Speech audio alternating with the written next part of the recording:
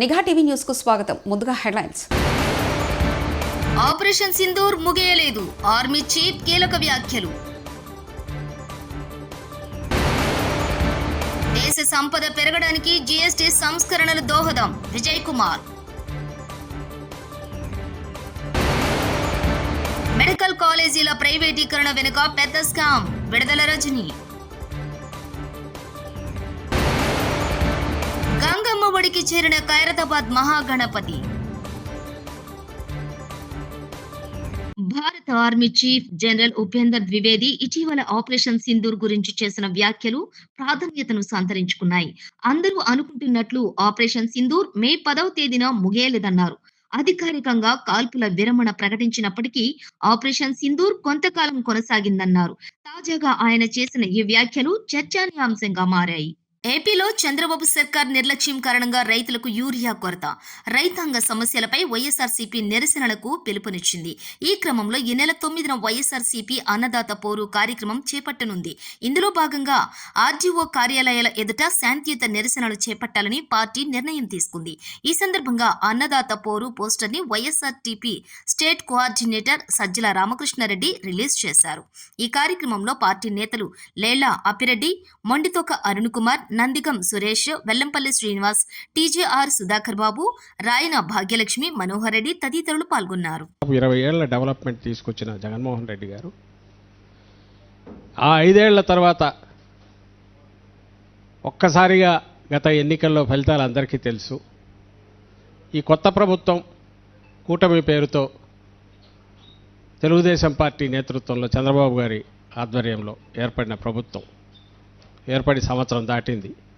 15 నెలల్లోనే మొత్తంగా 5 ఏళ్లలో నిర్మించిన ఒక వ్యవస్థల పరంగా కానీ లేదా అన్ని వర్గాల సంక్షేమం రీత్యా కానీ వాళ్ళ సాధికారతను పెంచే దిశగా కానీ జగన్మోహన్ రెడ్డి గారు చేసిన మార్పులన్నింటినీ విధ్వంసం చేసి ఈరోజు ఒక అరాచకం మాత్రమే ఉందనడానికి ఎక్కడ తగిలినా అది విద్య కావచ్చు, వైద్యం కావచ్చు, ఇప్పుడు తాజాగా మనం ఏ ఇష్యూ గురించి అయితే మాట్లాడుతున్నామో రైతాంగానికి, వ్యవసాయానికి సంబంధించిన సమస్య కావచ్చు, అసలు ప్రభుత్వం అనేది లేదు, అరాచకం తప్ప, లేదా మాఫియా అరాచకాన్ని ఆసరాగా చేసుకొని మాఫియా ముఠాల రాజ్యం నడుస్తుంది. ఎక్కడ సంక్షోభం లేకపోయినా సృష్టించి దాంట్లో ఏ రకంగా కమిషన్లు దండుకోవాలా, ఆర్టిఫిషియల్ క్రైసిస్ క్రియేట్ చేసేనా అన్నదానికి ఏదైనా ఒక ఉదాహరణ చక్కటిది చెప్పాలంటే ఇప్పుడు యూరియా ఫర్టిలైజర్ ఇష్యూ రాష్ట్రంలో తలెత్తింది. ముఖ్యమంత్రి మాటల్లోనే చెప్తున్నాడు యూరియాకు సమస్య లేదు, కావాల్సినంత ఉందని. అండ్ సాగు రీత్యా చూస్తే 100 ఎకరాలకు సాగు కావాల్సింది 60 ఎకరాలు కూడా కాల, అంటే 60% కూడా లేదు. ఏది సమయానికి అందకపోవడము, దానికి తోడు ప్రకృతి దీన్ని కూడా తోచి వర్షాలు అయితే విపరీతంగా పడినా, వర్షాలు ఎక్కువయ్యో అతివృష్టి అనావృష్టి వల్ల 2 దెబ్బలు పడి రైతాంగం పునారిల్లిపోయింది.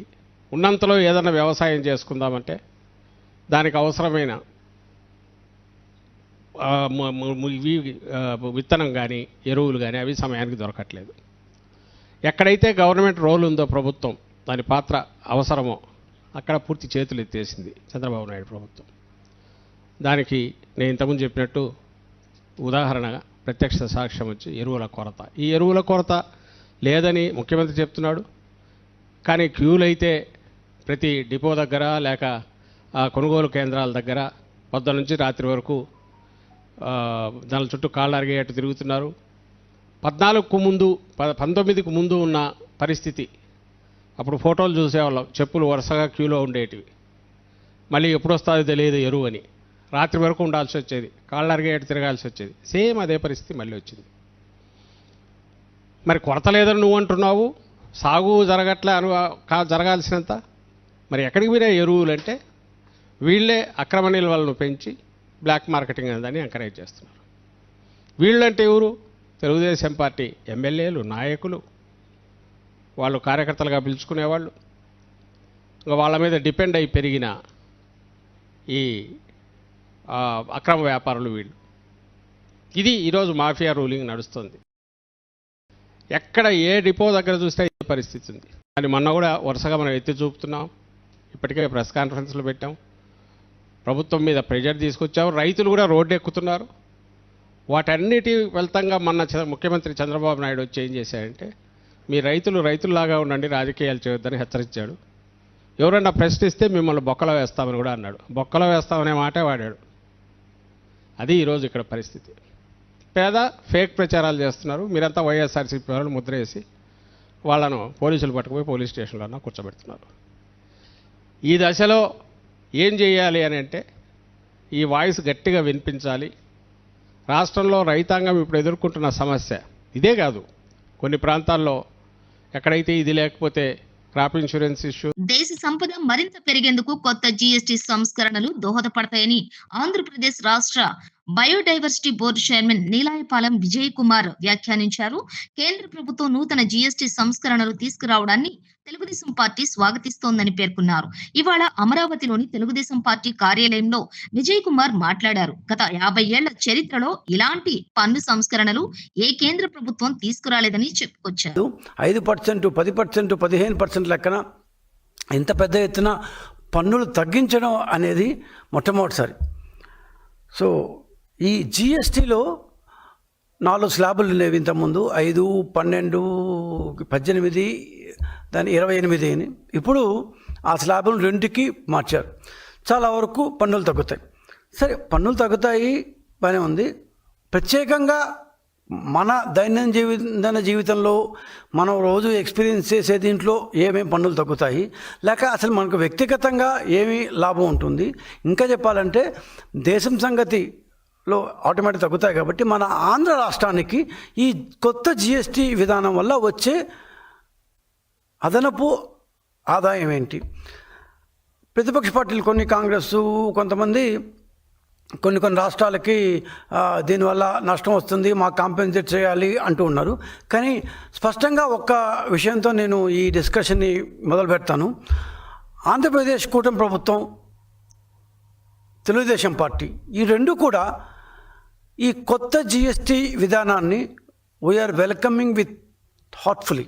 We are welcoming so heartfully. దీనిలో ఏ విధమైన సందిగ్ధానికి తావలేదు. మేము సంపూర్ణంగా ఈ కొత్త జిఎస్టీ విధానాన్ని ఆహ్వానిస్తున్నాం. సో ఓకే, ఆహ్వానిస్తున్నాం అని చెప్పిన తర్వాత మనం అందరం పేపర్లో రోజు చదువుతూనే ఉంటాం. ఈ మధ్య ఒక 1 మంత్గా మన అమెరికన్ ప్రెసిడెంట్ ట్రంప్ గారు భారతదేశం నుంచి వచ్చే ఎగుమతుల మీద అంతకుముందున్న 5, 10, 12% ట్యాక్స్ కాకుండా, పన్నులు కాకుండా, వాళ్ళు టారిఫ్ అంటారు దాన్ని, ఆ టారిఫ్ కాకుండా ఈసారి 50%, దాదాపు ఒక ఐటీ, ఫార్మా, మందులు ఇట్లాంటివి కాకుండా దాన్ని కూడా వేస్తారేమో రాబోయే రోజుల్లో తెలియదు. కానీ సో దీని మీద పన్నులు వేస్తాను, 50% ట్యాక్సేషన్ వేస్తాను అన్నారు. మిగతా అవన్నీ పక్కన పెడితే బాగా దెబ్బతినిపోయేది మన యొక్క రొయ్యలు, చేపలు, రొయ్యలు. భారతదేశం ఎక్కువగా ఆంధ్రప్రదేశ్ నుంచి ఏదైతే ఎగుమతి అవుతుందో అది ఖచ్చితంగా దెబ్బతింటుంది కొంతవరకు. సో ఇట్లాంటి దెబ్బతిన్నప్పుడు ఈ ఇన్కమ్ని వేరే దీని నుంచి చూసుకోవాలి, ఆ పర్టికులర్ రంగాన్ని కూడా ఏ విధంగా చేయాలి అన్న విషయాన్ని మనం చూసుకోవచ్చు. సో ఈ విధంగా జిఎస్టీ అనేది మన యొక్క దైనందిన జీవితంలో ఏం చేస్తుంది అంటే, సెంట్రల్ గవర్నమెంటు ఈ కష్టాలన్నీ కొంత గొప్ప సరిదిద్దడానికి ఈ టారిఫ్లు తగ్గించింది. ఇందాక నేను చెప్పినట్టు ట్రంప్ టారిఫ్లు భయంకరంగా ఉన్నా కూడా కేంద్రంలో సమర్థమైన నాయకత్వం ఉండడంతో దేశ ఆర్థిక వ్యవస్థ ఇప్పుడు లాస్ట్ మంత్ 27th అన్నారు, ఇవాళ 6వ తేదీ, దాదాపు ఈ 10-15 రోజులు అయిపోయింది. కానీ ఇంతవరకు మన దేశంలో ఏమీ పెద్ద మార్పులు ఏమీ రాలేదు. వైఎస్ జగన్ తెచ్చిన మెడికల్ కాలేజీలను చంద్రబాబు చంపేశారంటూ మాజీ మంత్రి విడుదల రజని మండిపడ్డారు. ఒక్కో మెడికల్ కాలేజీని తీసుకురావడానికి ఎంత కష్టమో చంద్రబాబుకు తెలియదు. ప్రతి జిల్లాలోనూ మెడికల్ కాలేజీ, ఆసుపత్రి ఉంటే ప్రజలకు మంచి వైద్యం అందుతుందని వైఎస్ జగన్ ఊహించారు. వైద్యం, టెస్టులు అన్నీ ఫ్రీగా అందించాలన్నదే వైఎస్ జగన్ ఆలోచన. చంద్రబాబు మెడికల్ కాలేజీలను అమ్మకానికి పెడితే ఇక పేదోడి పరిస్థితి ఏంటి అంటూ విడుదల రజని ప్రశ్నించారు. యాక్షన్ ప్లాన్ చేసుకున్నాం. మరి ఈ రోజున అన్నిటినీ కూడా చంపేస్తూ చంద్రబాబు నాయుడు గారు తీసుకున్నటువంటి నిర్ణయాన్ని వైఎస్ఆర్ కాంగ్రెస్ పార్టీ వ్యతిరేకిస్తుంది. ప్రజల తరఫున వైఎస్ఆర్ కాంగ్రెస్ పార్టీ మరి ఈరోజు ఈ ప్రభుత్వాన్ని ప్రశ్నిస్తోంది. ఉదాహరణకి మనం చూసినట్టయితే మనము ఒక గవర్నమెంట్ మెడికల్ కాలేజ్లో మనకు అఫిలియేట్ అయినటువంటి బోధన హాస్పిటల్ ఏదైతే ఉంటుందో ఆ గవర్నమెంట్ బోధన హాస్పిటల్కి ఒక రోగి, ఒక పేదవాడు ఆ హాస్పిటల్కి వస్తే అక్కడ మన జగనన్న హయాంలో చూస్తే అక్కడ ఆ రోగికి వచ్చినటువంటి ఆ పేదవాడికి ఓపీ ఫ్రీ, ఆ తర్వాత డాక్టర్ కన్సల్టేషన్ ఉంటుంది, అది ఫ్రీ. ఆ డాక్టర్ కన్సల్టేషన్ తర్వాత ఆ రోగికి ఏదైనా మందులు రాస్తే ఆ మందులు ఫ్రీ. లేదు ఏదన్నా టెస్టులు చేసుకోమని అతనికి ఉన్నటువంటి పరిస్థితి వల్ల ఓ సిటీ స్కానో, ఓ ఎంఆర్ఓయో, ఒక ఎక్స్రేయో లేదా ఏదైనా బ్లడ్ టెస్టులు ఏదైనా చేసుకోమంటే అవి ఫ్రీ. ఆ టెస్టుల తర్వాత ఆ రిపోర్ట్ తీసుకొని మళ్ళీ రీకన్సల్టేషన్కి వెళ్తే ఆ రీకన్సల్టేషన్ ఫ్రీ. లేదు మందులు వేసుకుంటే సరిపోతుంది, లేదంటే ఏదైనా సర్జరీ చేయాలో లేదా ఆపరేషన్ చేయాలో ఏదైనా థెరపీ చేయాలో ఏదైనా చెప్పినా ప్రతి అక్కడున్నటువంటి ఏ ట్రీట్మెంట్ ఆ డాక్టర్ సజెస్ట్ చేసినా కూడా అది ఫ్రీయే.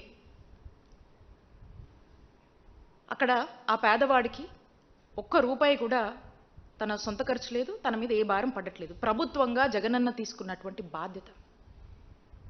తెలుగు రాష్ట్రాల్లో ఎంతో ప్రతిష్టాత్మకమైన బాలపూర్ లడ్డు వేలంపాట ఘనంగా సాగింది. ఈసారి లడ్డు వేలంలో భారీ ధర పలికింది. దీన్ని కర్మన్ఘాట్ కు చెందిన లింగాల దశరథ్ గౌడ్ అనే వ్యక్తి 35 లక్షలకు దక్కించుకున్నారు. వేలంలో 38 మంది భక్తులు పాల్గొన్నారు. గత ఏడాది ఈ లడ్డును 30.01 లక్షలకు కోలను శంకర్ రెడ్డి దక్కించుకున్నారు. గతేడాది కంటే ఈసారి లడ్డు ధర 4.99 లక్షలు అధికంగా పలికింది.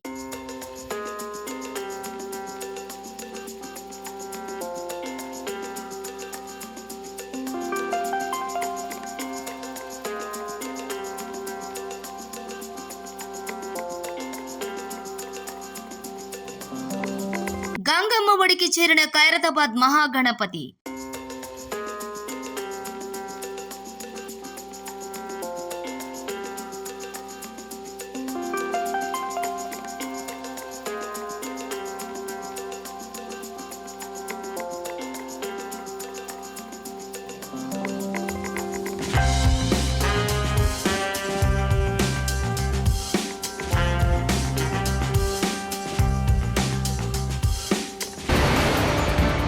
ఆపరేషన్ సింధూర్ ముగియలేదు, ఆర్మీ చీఫ్ కీలక వ్యాఖ్యలు. దేశ సంపద పెరగడానికి జీఎస్టీ సంస్కరణలు దోహదం, విజయ్ కుమార్. మెడికల్ కాలేజీల ప్రైవేటీకరణ వెనుక పెద్ద స్కామ్, విడుదల రజని. గంగమ్మ ఒడికి చేరిన ఖైరతాబాద్ మహాగణపతి. ఇవి బులెటిన్ విశేషాలు. చూస్తూనే ఉండండి నిఘా టీవీ న్యూస్.